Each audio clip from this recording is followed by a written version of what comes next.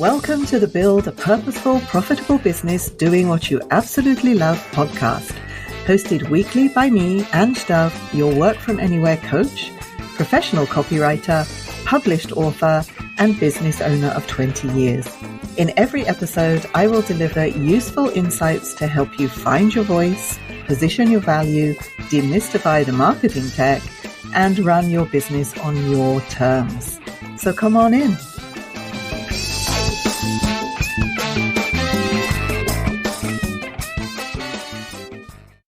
Okay, welcome to the next episode, and I am so pleased today to have on the show Tanishka Kherajani. Tanishka, welcome. Thank you. Thanks for having me. Yeah, hi everyone, and thanks for listening. And just a little bit about me. And I'm Tanishka. I'm from India, and I am the founder and CEO of Trend-Aligned Media, which is like a one-stop shop digital marketing agency, and we help every single business owner who's trying to grow their business in the online space. And I'm also pretty young. Like, I started my business when I was 20, and it's been 3 years, so I'm almost 23. So yes, I'm like one of the younger ones in the industry. So yes, there's still so much for me to learn, but eventually I do aspire to move on to that digital nomad lifestyle. So that's what I'm working towards. So yeah, taking it one step at a time. Fantastic. So you're in the right place with this podcast because you work from anywhere. That's absolutely fantastic. So I love your story, and I just love how you got started. Obviously, we've spoken before, and I've heard from you your story. And that's why I invited you onto the show, because I think your story is so inspirational to anybody out there who wants to start a business, and they may be having doubts, or they may be thinking, oh, it's not for me, or it's not possible, or I'm too old, or I'm too young, or whatever their story is for them not starting. So actually hear your story and understand that actually this is completely possible. With the right mindset, it's completely possible. So as I said, I love how you started the business. And I think it's just such an inspiration for the listeners out there, just, to take that leap. So can you explain to us how it all started for you? Absolutely. It's my favorite story to tell, and I call it the $30 gig. So like I said, I started my business back when I was 20, and we were home for pandemic. So I was home from my college due to the pandemic. And I had always wanted to start a YouTube channel, but I just never had the time. Now, little background, I'm a journalism and mass communication graduate. So I did have experience with video editing and stuff. And I like to believe that I'm super, conscious, and I'm not conscious at all in front of the camera. I really do like facing the camera. So I was like, I do have all of this time in my hands since I'm home. I'm not allowed to go anywhere.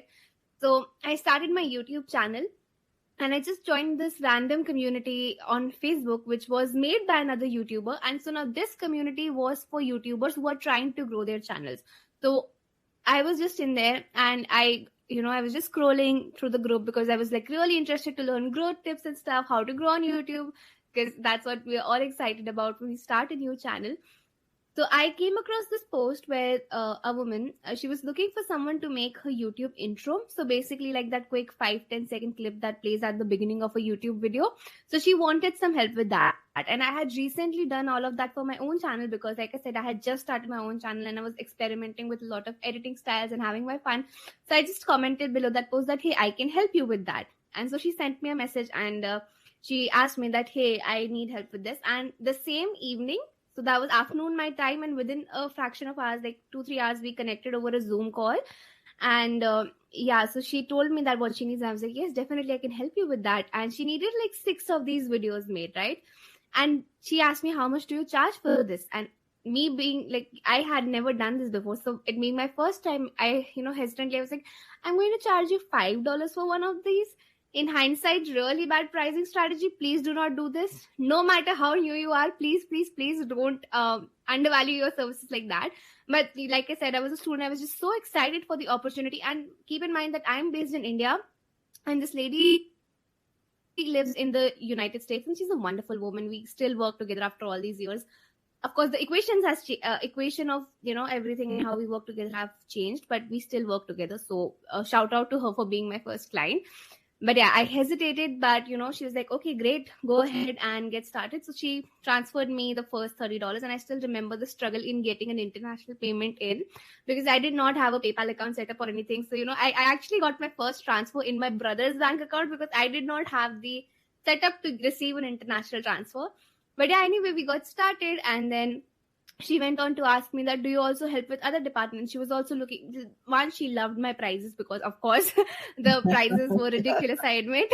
So she loved them, of course. And not to say that she was taking advantage of me. She never asked me to discount or anything, but it was just that I was quoting low prices on my own because I wasn't confident enough.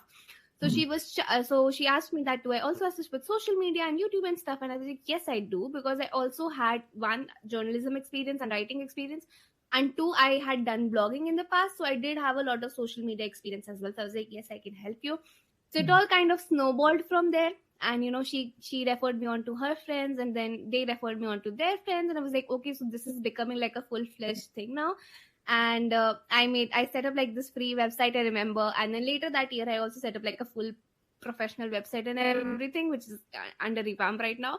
But yeah, like, I love to tell the story simply because it speaks to, because sometimes in life we often overlook the smaller opportunities, because we're like, oh, it doesn't matter. Like, if I would have been like, oh, it's just $30, and not to say that $30 still isn't a lot, it's a big amount, and like, you shouldn't feel that way about any amount, but just don't have that mindset towards an opportunity that, oh, this is too small, if I pass it up, nothing's gonna matter, because you never know what opportunity snowballs into something big. Like, that was the pivotal moment. Like, that moment changed my entire life, and now whatever I have in terms of my business is because of that one $30 gig. Lovely.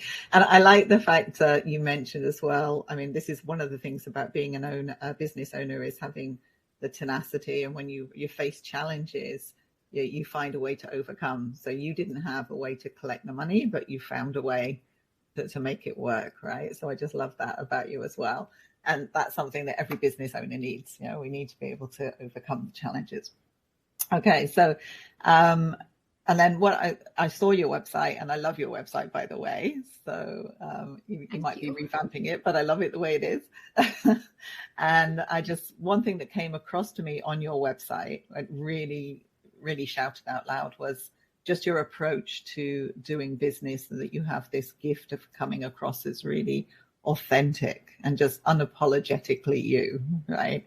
So can you explain why that's so important, do you think, to be authentic, and what does that mean to you as a business owner?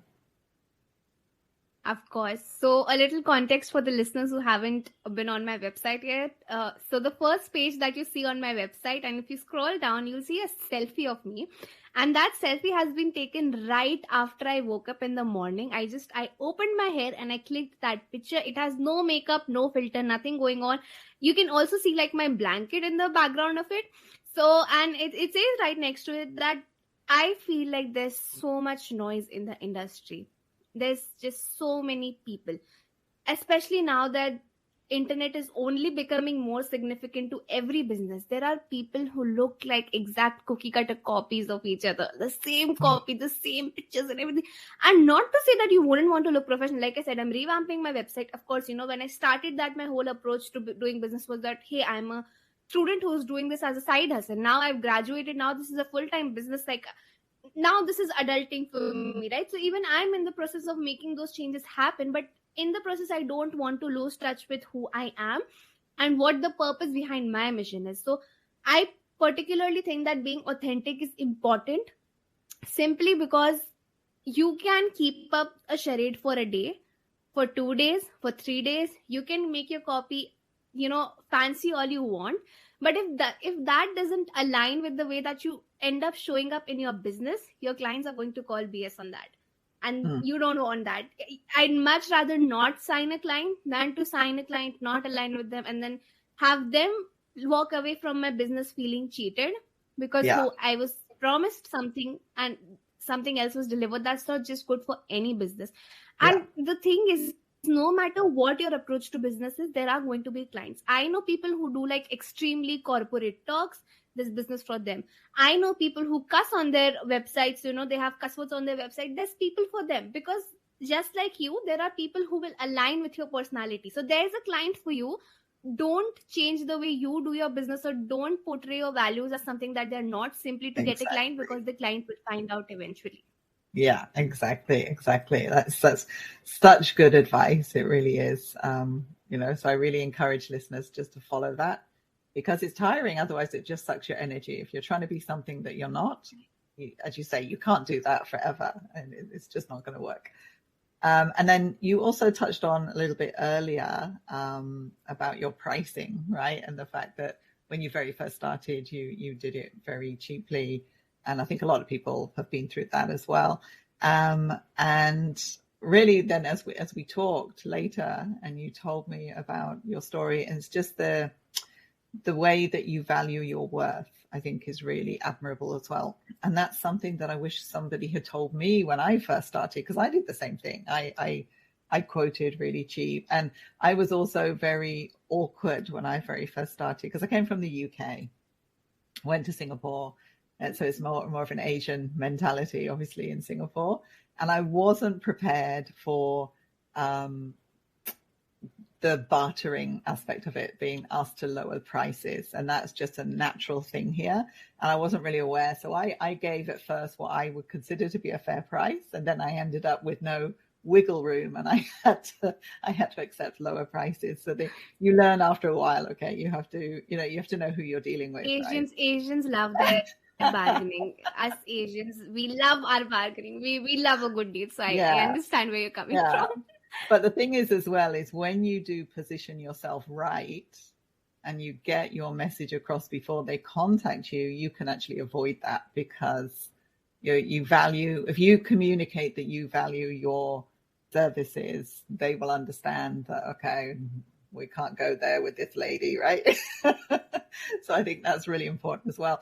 So that's something I think you do really well. And I think it's important, that when people get stuck with charging a low price at the beginning, it's hard to get out of that, right? And especially as you mentioned, you're from India, so people kind of expect a lower price for that reason. So just explain your pricing model to me, and your philosophy around pricing, and your stand on it, basically, because I know this is going to inspire a lot of people.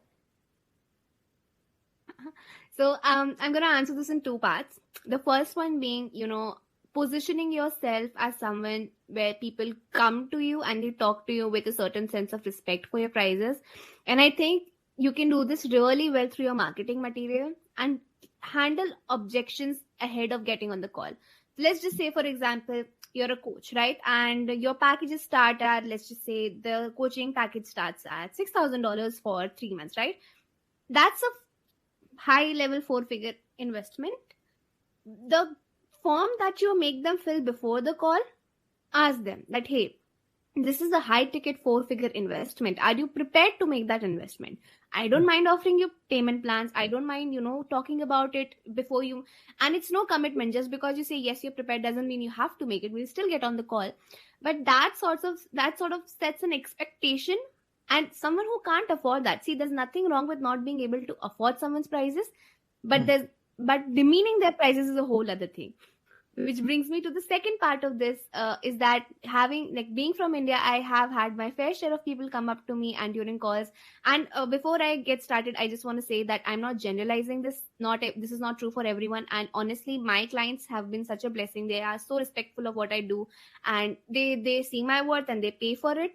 So yeah, shout out to those people who don't do this, but you market yourself. Yeah, right? But there are, yes. But there are these exceptions in every industry, and I don't blame them completely, because there's this market where there's this general expectation that, hey, and I think if you're in the online space, you must have seen it yourself, like whoever's listening as well, that people will specifically ask for virtual assistants from the Philippines or from Southeast Asia and everything. And that's because they expect that just because someone's based in a certain geographic location, their prices are going to be cheaper, right?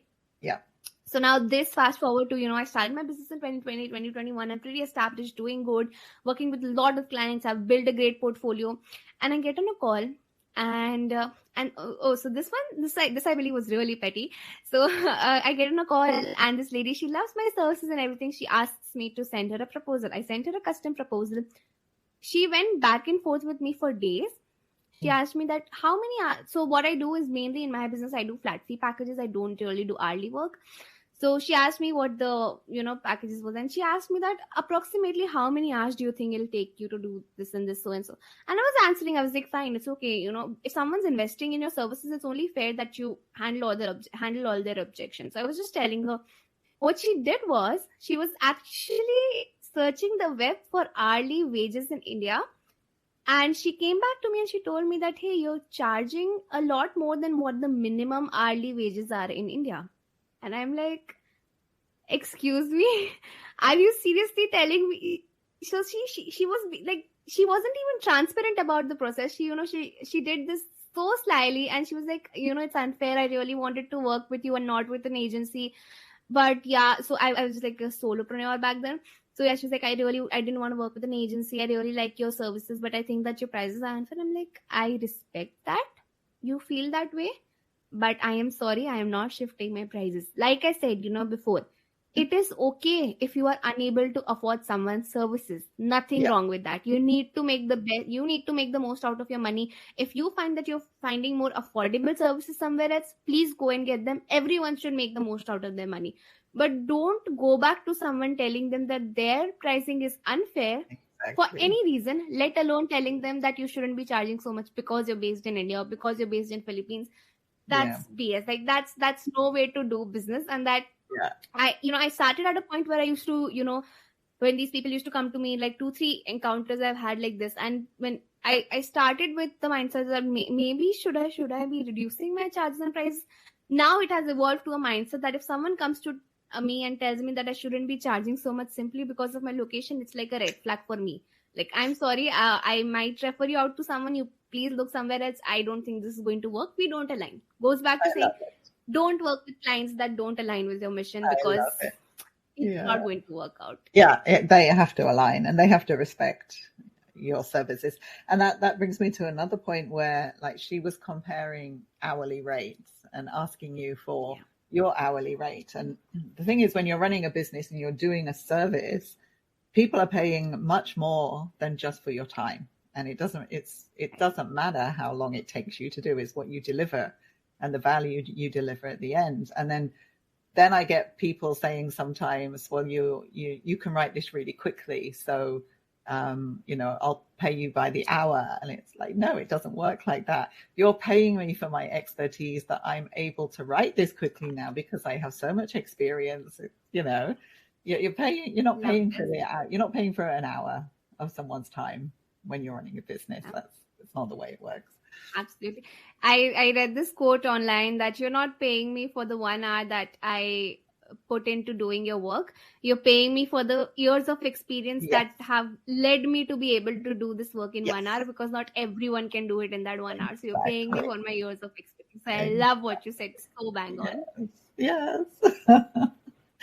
Okay. So, and then another thing that intrigued me when we first talked as well, and what you mentioned at the beginning of this episode, was that this all kind of happened by accident for you. You hadn't actually planned to start a business. This was the pandemic happening and you had free time, right? And now look at you, you've got an agency that you're running just a couple of years later. So again, it's just such an inspiration for people to be able to hear that and know what's possible in the online world. So for you, because you didn't have that experience, what challenges did you face as a new business owner, and how did you actually overcome them? Right. So I think, and this is something that I feel a lot of people struggle with, even though they've been in the business industry for years, is that when you work remotely, you lose all sense of boundaries. Okay. And it still happens. So even like I still work from my home. Like, my room is my office. Like, it's also, I walk 10 steps from my bed. I'm on my desk. It's my office.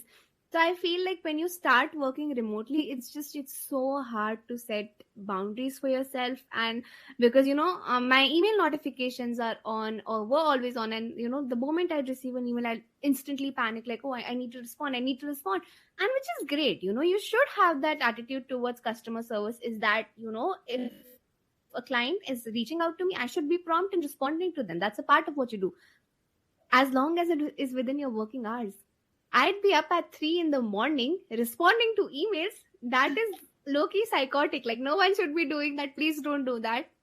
So I think, and it's still a process. I'm still learning. I'm not going to lie. There's still days when I stay up really late working on projects. And it's just because sometimes there's a time crunch, sometimes there's a deadline. But I feel like what really helps is to set fixed hours for yourself. And beyond those hours, just disconnect from your work. Yes. Turn off your email notifications, turn off whatever, and my Instagram notifications have been off for over 2 years now, and I couldn't be more peaceful.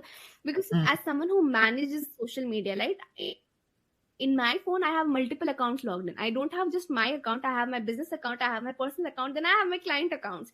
So if I were to keep up with those notifications, I'd never get a moment of rest, because continuously someone would be like, at least one of the accounts would receive one notification every now and then, right? So I think it's important to optimize your workspace also in a way where you know that, okay, there's a clear distinction between when I'm supposed to work and when I'm supposed to rest.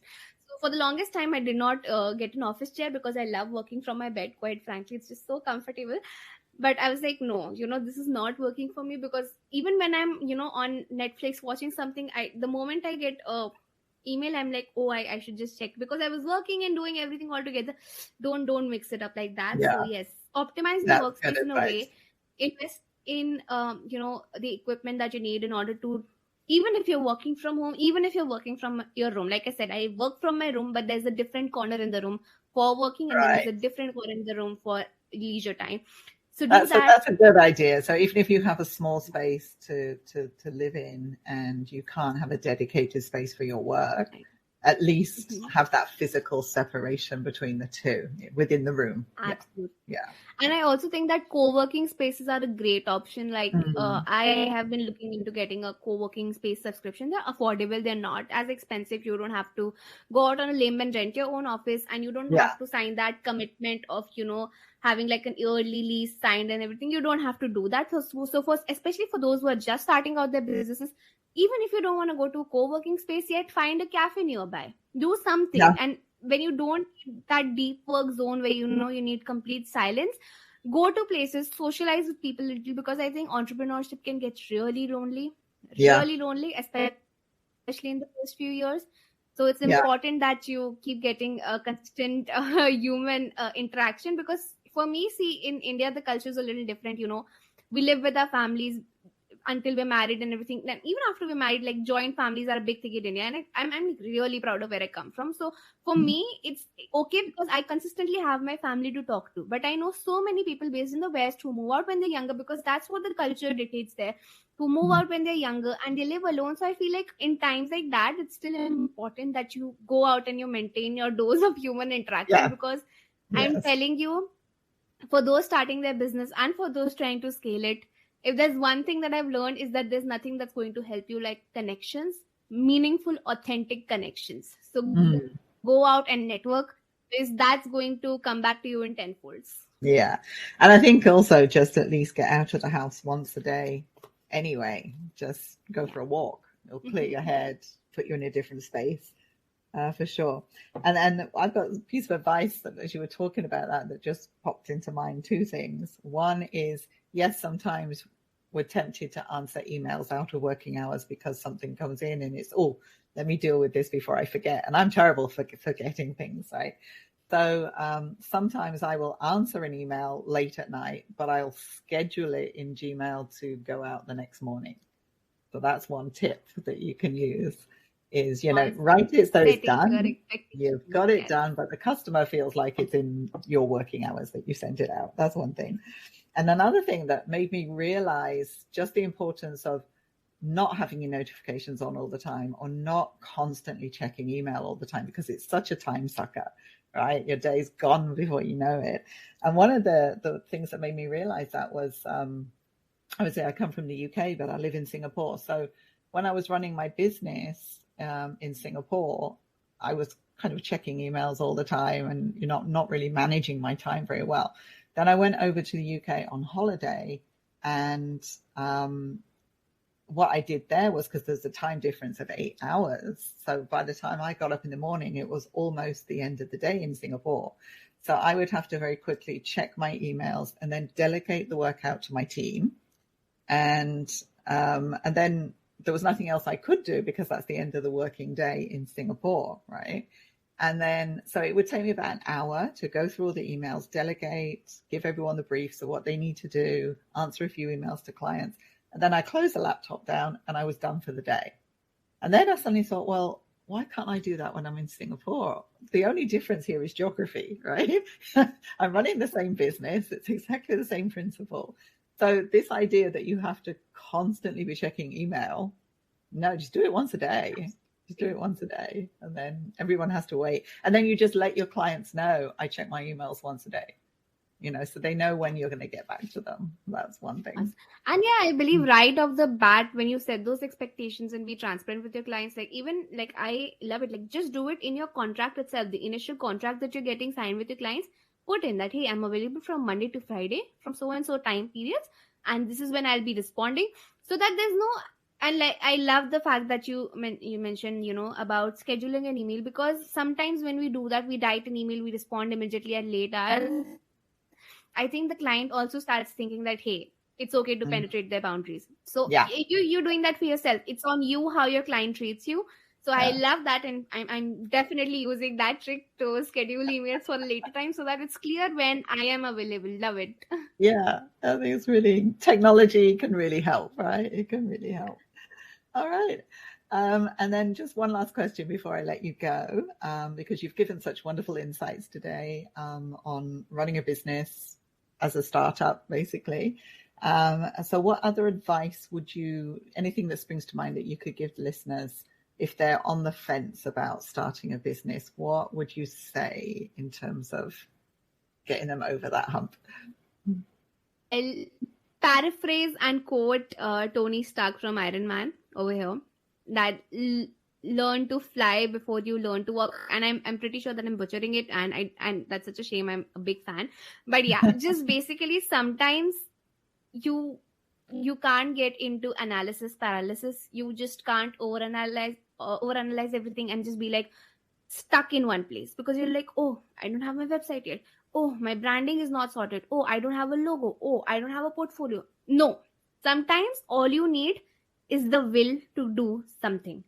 I started with just knowing basics of video editing. I didn't have a portfolio. I didn't have a fancy website. And you don't need it. I still know so many successful people in the industry who don't have a website. I know coaches who are making 6 figures a month who do not have a website. They sell simply on their social media. So the notion that you need to have everything set up before you get started is not true. Get started, and I promise you that no matter how much you think, how much you plan ahead of time, no matter how ready you think you are, there's going to be surprises that you can't prepare for. You simply can't prepare for them until you go through them. So might as well just get started and work your way through it, because there's no end to perfecting something, because there is no point of perfection, in my opinion. There's always something that can be done better. Just get started and everything else will just fall into place. And it will work out. Yes, it will work out. That is such good advice. All right. So just tell our readers now where they can find you online if they need your valuable services. Awesome. So the hub for all of my work is my website, which is trendalignmedia.com. Apart from that, I also have 2 Facebook communities that I'd like to invite you guys into. And one of them is called the Women in Business Support Group, which is exclusively for female entrepreneurs who are maybe just getting started in their journey, or also those who are seasoned players. So this group is basically to share all sorts of advice, and we try to keep it spam free and promotion free. We don't allow that in the group, so that you're not continuously getting more and more people promoting their services. No, this is genuinely a space to network and share advice with each other. And then the other one is for those VAs who are from VAs or maybe even all online service providers for those who are from different geographic locations, who feel like, they are not charging enough simply because they are based somewhere, like we spoke about earlier in the episode. So this community is called Skill Over Skin, and it's free for anyone to join. It's on Facebook. Please come join us. And basically what we do over there, and we talk about things that your prices should be determined by the worth you bring in, the skills you offer, not by where you live or what ethnicity or race you are. It doesn't matter. Your skills are the only thing that should matter. So it's called Skill Over Skin. Again, it's a free community on Facebook, both of them, and I'll send the links over to you so that you can add them into the show notes. And then you can find me on Instagram and LinkedIn as well. So yeah, I'm everywhere. I have this entire web on the internet. Okay, so let me just recap that. So the two Facebook groups are, firstly, Women in Business Startup. Yeah. Women in Business Support Group. Support group. Women in Business, is it? Yeah, Women in Business Support Group. And then Scale Over Skill is the other Facebook Skill Over group. Skin. Yes, yeah, love it. Okay, and then your website, trendalignmedia.com, and my Instagram is trendalign as well. Okay, so trendalignmedia.com, and as you mentioned yourself, these will go into the show notes. So if you're watching it or you're listening to this podcast, you'll be able to pick up the links there as well. Okay, so it was really, really lovely speaking to you, Tanisha. And likewise. As I say, I'm just so happy to have you on the show because you are just such an inspiration to people looking to start a business. And this is a real movement that we can continue on forward. I just absolutely love it. So thank you so much for your time today. Thank you for having me. I had such a wonderful time.